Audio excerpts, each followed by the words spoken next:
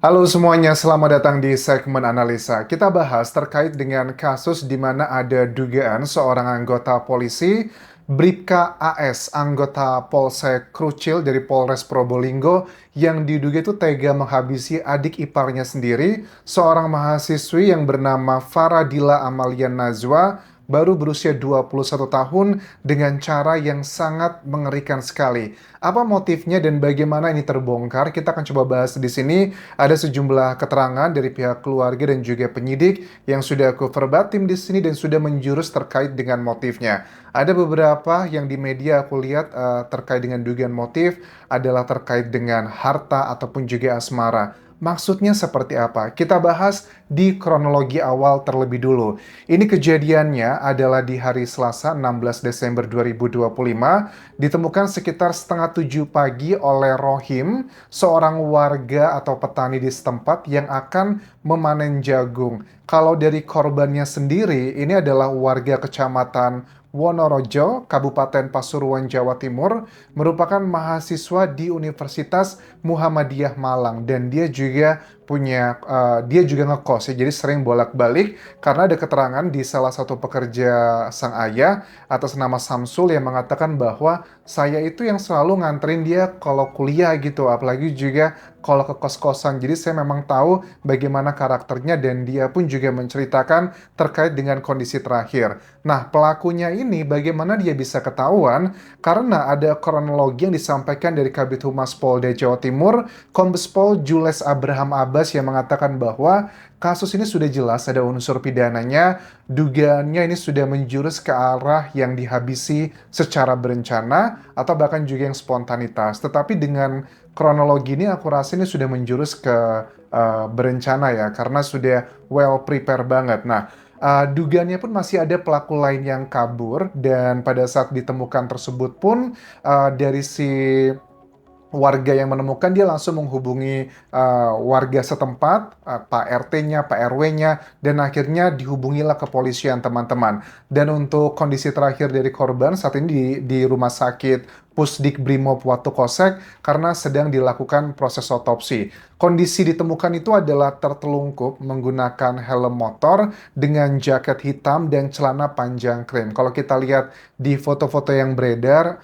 nanti aku coba tunjukkan di Instagram Kudian Jasa Sumara, di Instastory-nya kalian bisa melihat, agar menjadi salah satu petunjuk bahwa ini semua tuh dibuat kayak rekayasa seolah-olah kayak begal atau curanmor gitu. Karena ada salah satu statement menurut Samsul, pekerja dari keluarga korban ini, bahwa pada saat dia melihat itu, di korban itu kan pakai helm ya, tapi di helmnya itu relatif bersih, tidak ada lumpur, tapi bagian dalamnya seperti kepala, wajah itu penuh dengan lumpur. Nah, itu yang menjadi salah satu dugaan bahwa kayaknya sengaja banget pelaku ini ngebuat seolah-olah kayak dia itu dibegal. Bahkan juga pada saat Samsul menemani penyidik untuk melakukan penyidikan, kan dianterin juga ke kos-kosan dari korban dan ternyata motor serta helmnya korban tuh masih berada di kos-kosan.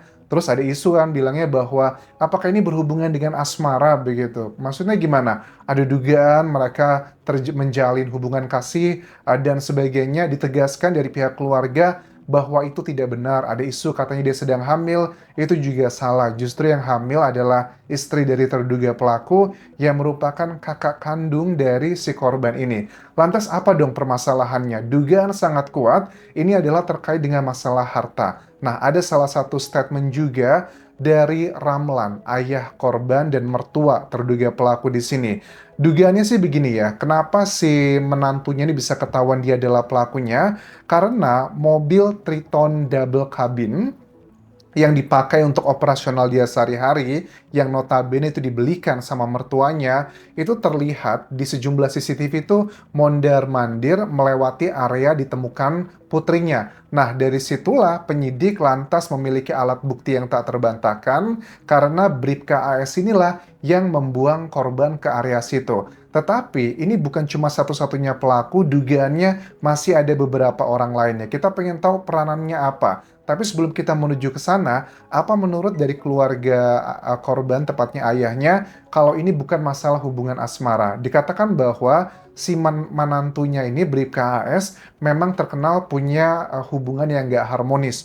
Bukan cuma nggak harmonis dengan si korban, tapi juga dengan dirinya. Alasannya adalah karena si terduga pelaku itu sering musuhin anak-anak saya gitu kan. Dia punya 4 anak gitu. Bahkan juga sama korban itu sering terjadi perdebatan. Kalau si korban itu masih tinggal bareng sama ayahnya, kecuali kadang kalau dia kuliah kadang ngekos juga di kos-kosannya. Tetapi untuk si terduga pelaku atau kakak ipar dari korban, itu tinggalnya nggak jauh dari lokasi rumah sekitar 200 meter.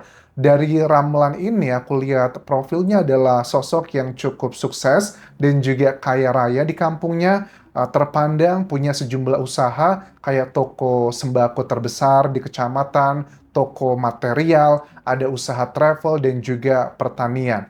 Nah, mantunya ini menurut ramalan dia adalah terkenal dengan orang yang matre atau hanya memanfaatkan harta mertuanya saja. Bahkan Samsul, pekerja di rumah korban, juga mengatakan hal senada. Dari awal pernikahan sudah 4 tahun kurang lebih, memang kelihatan dia itu cuma ngincer harta dari mertuanya aja. Sering ribut sama kakak ipar, adik iparnya. Terus juga dia itu baru aja menikah, tapi sudah minta dibelikan sejumlah aset.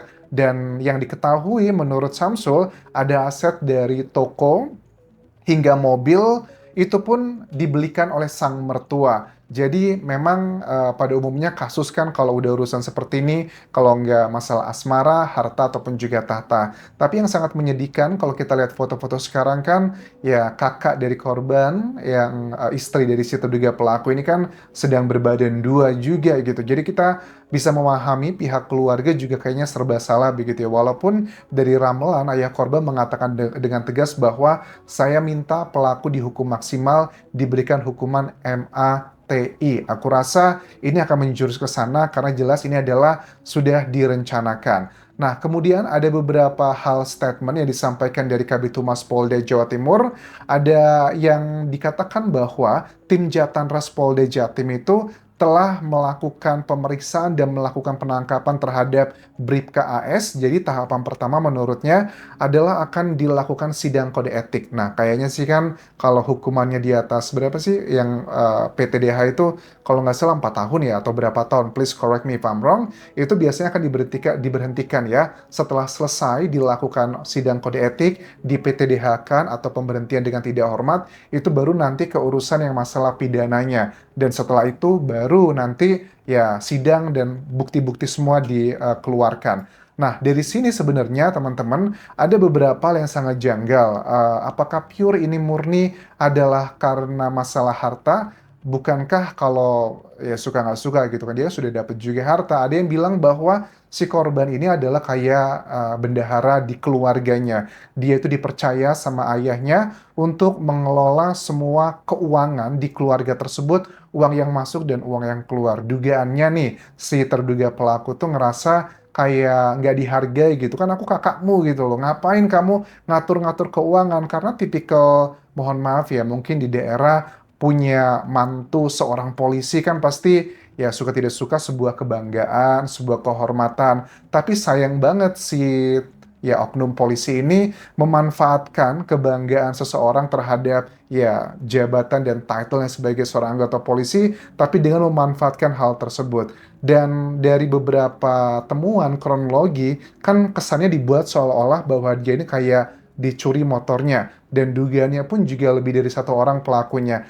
Lantas peranannya apa sih terduga pelaku ini? Apakah dia yang melakukan aksinya atau dia hanya bagian yang sifatnya mempersiapkan? Ini bisa dijawab adalah dengan hasil otopsi yang saat ini sudah dilakukan dan sedang ditunggu hasilnya. Tetapi ada beberapa petunjuk ya menurut keterangan dari Samsul, pekerja di rumah korban yang melihat kondisi terakhir dari korban dari korban yang ditemukan di pinggiran kayak sungai, bukan sungai yang gede, itu jatuhnya kayak empang sih menurut aku ya. Jadi ditemukannya begini teman-teman, kepalanya itu penuh lumpur, tapi helmnya relatif bersih. Ini kan seperti dibilang awal tadi, hanya dibuat seolah-olah kayak dia itu dicuri motornya begitu. Nah, di jidatnya menurut Samsul itu dia melihat kayak ada bekas tumpul gitu, dan itu kelihatan sangat nyata banget, dan dugaan sangat kuat itu terjadi adalah sebelum dia dihabisi. Karena kalau secara logika tidak akan mungkin muncul bengkak kalau itu dilakukan setelah orangnya berpulang ya, atau nggak bernafas lagi. Terus di bagian leher juga ada dibegitukan yang dengan jari-jari.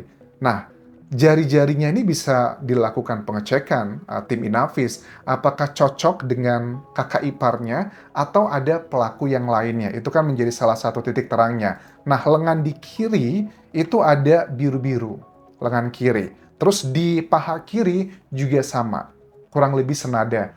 Nah, apakah kalau itu kan mendekati area sensitif ya, terutama di bagian paha tersebut.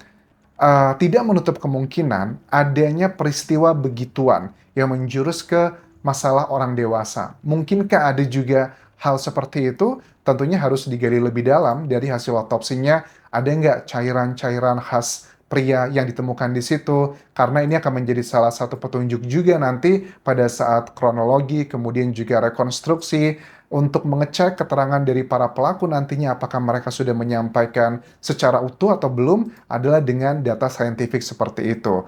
Nah, ini adalah bagian yang harus digali lebih dalam agar bisa memberikan hukuman maksimal kepada para pelaku. Kemungkinan besar bahwa Bribka AS ini kalau memang terbukti sidik jarinya ada di leher tersebut, berarti peranan dia adalah sebagai eksekutor dan juga dalangnya. Tapi siapakah orang yang membantu, orang yang menutupi? Mungkin saja itu adalah mereka-mereka yang kabur. Atau kalau ternyata tidak ditemukan sidik jari di bagian-bagian disebutkan tadi, bisa aja Bribka AS berperannya sebagai seorang dalang dan juga orang yang menutupi.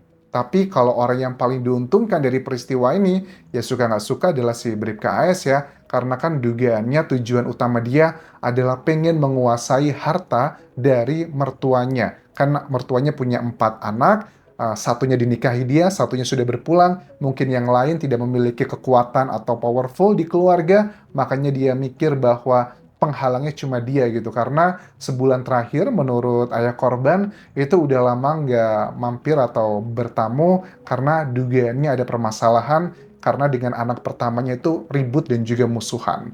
Sementara itu bisa ku update mengenai kasus ini. Kalau ada keterangan terbaru, kalian bisa tambahkan di kolom komentar video ini atau kabari ke sosial mediaku baik di Instagram, Facebook page, dan juga akun TikTok di Anjasa Semara. Sampai jumpa.